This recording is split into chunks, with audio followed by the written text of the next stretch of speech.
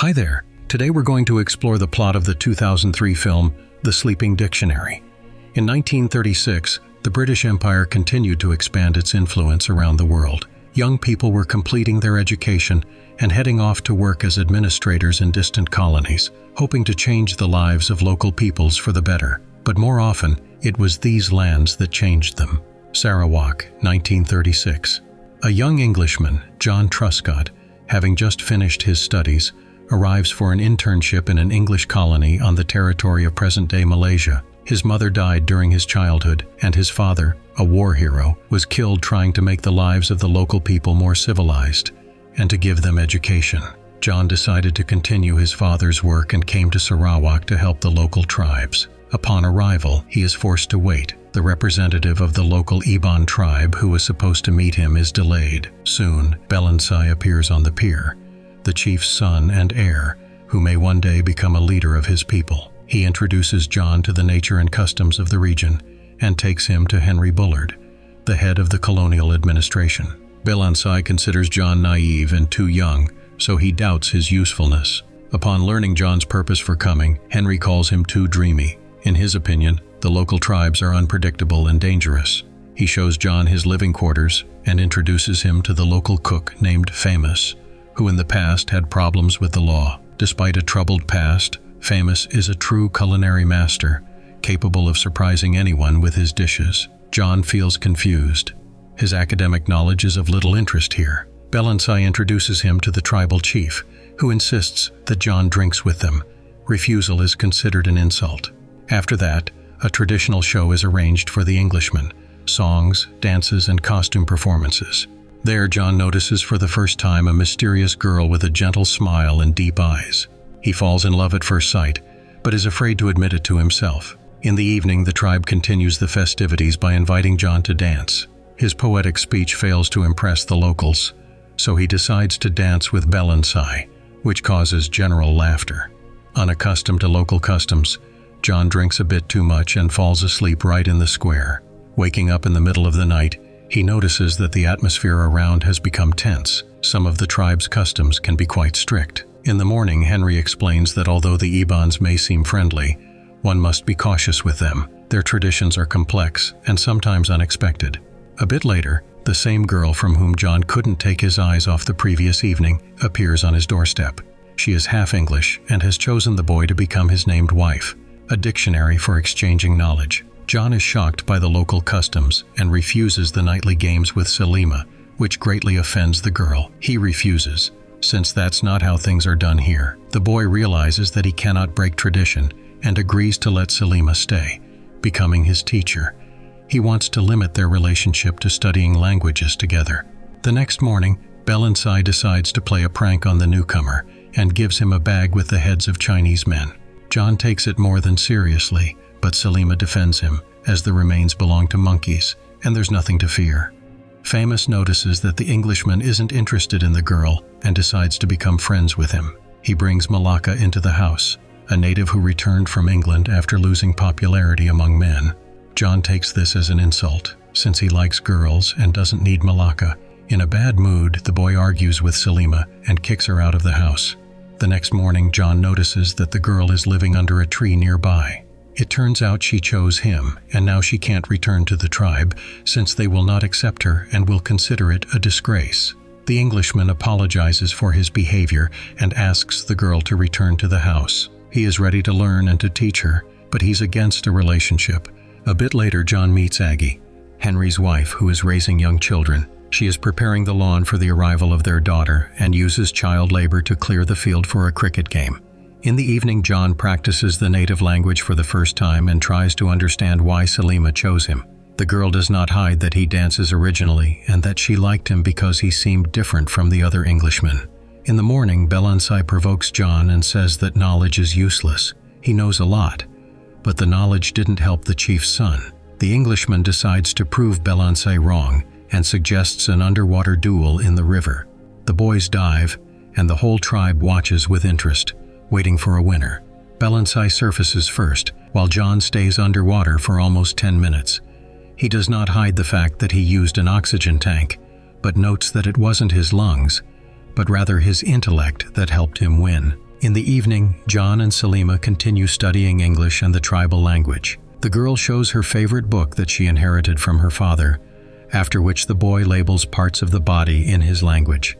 At one point, the couple kisses. John acts too hastily, and the girl is left dissatisfied with his actions. She realizes that the boy must be taught more than just languages. The numerous lessons benefit John, and after another meeting he asks her to stay. She cannot sleep in the same bed with him. As in their traditions, this symbolizes marriage, and he probably doesn't want that. A bit later, John goes to a formal reception at Henry's, held to welcome his daughter Cecil and her companion Neville. The girl had studied Ebon tribal culture in England and hadn't seen her parents in 5 years. All her life she had dreamed of coming to a British colony and helping her father. Neville is less romantic and considers the local people savages who cannot be corrected or taught. Returning home, John is greeted by Salima, who has prepared a festive costume with angel wings. The next morning, the Englishman helps resolve a dispute between rival tribes living nearby. He suggests a tug-of-war contest to decide who should remain on the land. The Ebon tribe wins, but Salima is upset by John's behavior. Cecil annoyingly photographs the girl, and Salima asks John to defend her, but he ignores the request. At that moment, Salima realizes that John treats her just like the other colonizers, seeing the girl as an object who should know her place. The joy of victory is overshadowed by another event. The current brings several members of a neighboring tribe ashore. Their skin shows signs of an unknown disease which foretells disaster. John is ready to go on a reconnaissance mission upstream to find the source of the problem. Meanwhile, Aggie tries to talk to John to arrange a marriage for her daughter. John politely declines but promises to think about it, then returns home to apologize to Salima and explain that she means much more to him than she thinks. In the morning, Belansai, John, Salima, and Famous head upstream and find a dying tribe. At one point, an attempt is made to attack John, and the chief's son finds the culprit. It turns out that nearby miners are deliberately poisoning the local tribe to clear the land for silver mining. Even though the miners are English, John tells the locals about it, and they decide to take revenge. The locals thank John for his help, and he returns home. John and Salima finally realize they love each other and want to be together. John decides to talk to the colonial leader to ask for permission to marry. It turns out this violates local customs and way of life. Therefore, he is forbidden to do so. Salima is merely a translator and must marry one of the tribe members, while John must find a bride among his equals. Once, Henry also fell in love but managed to stop himself in time and remember who he really is. John refuses, and Henry with Aggie threaten him.